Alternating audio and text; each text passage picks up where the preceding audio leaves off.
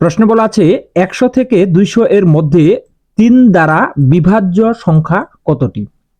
তো এটি মূলত হচ্ছে 41তম বিসিএস এর প্রশ্ন এবং এই টাইপের প্রশ্নগুলো প্রাথমিক সহ নিবন্ধন পরীক্ষায় আসে। তো এখন আমরা 3 দ্বারা বিভাজ্য সংখ্যাটি বের করব। এর মধ্যে আমরা যেটা করব সেটা হচ্ছে আমরা 3 দিয়ে যদি 100 কে ভাগ দিই তাহলে কিন্তু নিঃশেষে বিভাজ্য নয়। তো নিঃশেষে বিভাজ্য হলে আমরা যেটা করব সেটা হচ্ছে 102 কে যদি আমরা ভাগ করি 3 দিয়ে, 102 কে যদি আমরা 3 দ্বারা ভাগ করি তাহলে কিন্তু আমরা নিঃশেষে বিভাজ্য পাবো, অর্থাৎ 34 পাবো। 34 পাবো।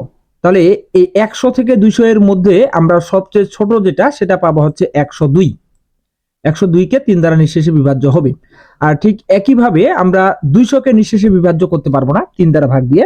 তো এই ক্ষেত্রে আমরা পাবো হচ্ছে 198। 198। তো আমরা এই 102 কে ধরতে পারি প্রথম পদ, আর 198 কে ধরতে পারি আমরা হচ্ছে শেষ পদ। শেষ পদ 198 বিয়োগ হচ্ছে প্রথম পদ 102। এগুলোকে আমরা 3 দ্বারা বিভাজ্য যেহেতু এই জন্য 3 দ্বারা ভাগ করব, ঠিক আছে। আর এখানে আমরা যোগ করব হচ্ছে 1। তো 198 থেকে যদি 102 বিয়োগ করি তাহলে পাবো আমরা হচ্ছে 96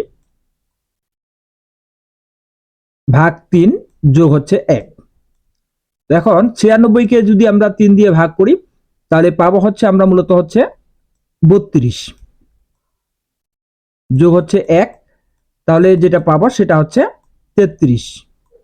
এর অর্থ হচ্ছে 100 থেকে 200 এর মধ্যে 3 দ্বারা বিভাজ্য সংখ্যা কয়টি? এই সংখ্যাগুলো হচ্ছে মূলত 33টি, অর্থাৎ গ নম্বরটি হচ্ছে রাইট অ্যান্সার। 2 নম্বর প্রশ্নে বলছে 200 থেকে 500 এর মধ্যে 7 দ্বারা বিভাজ্য সংখ্যা কয়টি? ঠিক একইভাবে অর্থাৎ 200 কে আমরা 7 দ্বারা নিঃশেষে বিভাজ্য করতে পারবো না। তো এখানে আমরা যদি আমরা হচ্ছে 203 কে 7 দ্বারা ভাগ দেই তাহলে নিঃশেষে বিভাজ্য করতে পারবো। আর 500 কেও নিঃশেষে বিভাজ্য হবে না। এখানে আমরা হচ্ছে 497 কে নিঃশেষে বিভাজ্য করতে পারবো। 497, ঠিক আছে। তো এখন আমাদের প্রথম পদ হচ্ছে 203, শেষ পদ হচ্ছে 497, ঠিক আছে। তাহলে আমরা বলতে পারি বা যেটা করব সেটা হচ্ছে 497 বিয়োগ হচ্ছে 203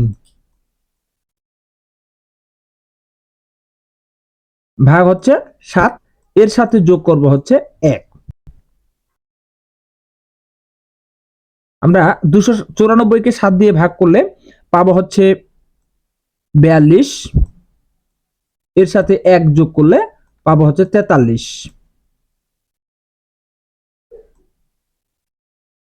তো মূলত বিভাজ্য সংখ্যা অর্থাৎ 200 এবং 500 এর মধ্যে 7 দ্বারা বিভাজ্য সংখ্যা হবে 43টি, অর্থাৎ গ নম্বরটি হচ্ছে রাইট অ্যান্সার। এই প্রশ্ন বলছে 12 ও 96 এর মধ্যে এ দুটি সংখ্যা সহ অর্থাৎ দুটি সংখ্যাকে কয়টি সংখ্যা 4 দ্বারা বিভাজ্য?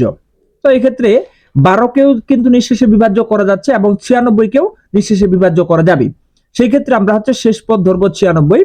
96 থেকে আমরা হচ্ছে 12 বিয়োগ করব, আর এর সাথে ভাগ করব হচ্ছে 4, যোগ করব হচ্ছে 1। তো এখানে আমরা যেটা পাবো সেটা হচ্ছে 84। 84 কে আমরা 4 দিয়ে ভাগ করব, যোগ হচ্ছে 1, তাহলে এখানে পাবো আমরা হচ্ছে 21। 21 যোগ হচ্ছে 1 ইকুয়াল টু হচ্ছে 22, ঠিক আছে। অর্থাৎ 4 দ্বারা বিভাজ্য সংখ্যা হবে 22টি, অর্থাৎ ঘ নম্বরটি হচ্ছে রাইট অ্যান্সার। তো এই প্রশ্নগুলো মূলত হচ্ছে বিভিন্ন জনে বিভিন্ন ভাবে করে, কিন্তু একুরেট যে অ্যান্সারটি আসে না।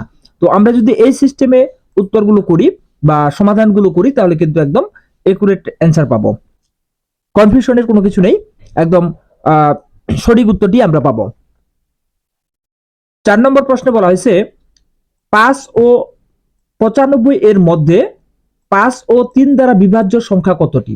তো এখানে মূলত 5 এবং 3 যে বলছে এই তিনটা হচ্ছে একটু পেস লাগায় বলছে। তো এই তিনটাকে আমরা কি করব? লসাগু করব। তো লসাগু করলে আমরা পাবো হচ্ছে 3 5 15। তাহলে এই প্রশ্নটার ব্যাখ্যাটা হবে এমন যে 5 ও 95 এর মধ্যে 15 দ্বারা, এটা 15 দ্বারা বিভাজ্য সংখ্যা কতটি, ঠিক আছে।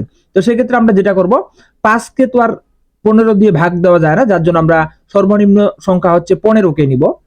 সর্বনিম্ন সংখ্যা বা প্রথম সংখ্যা হচ্ছে 15, আর 95 এটাকে 15 দ্বারা নিঃশেষে বিভাজ্য করা যায় না, 90 কে যায়, সেই জন্য আমরা হচ্ছে শেষ সংখ্যা হচ্ছে 90।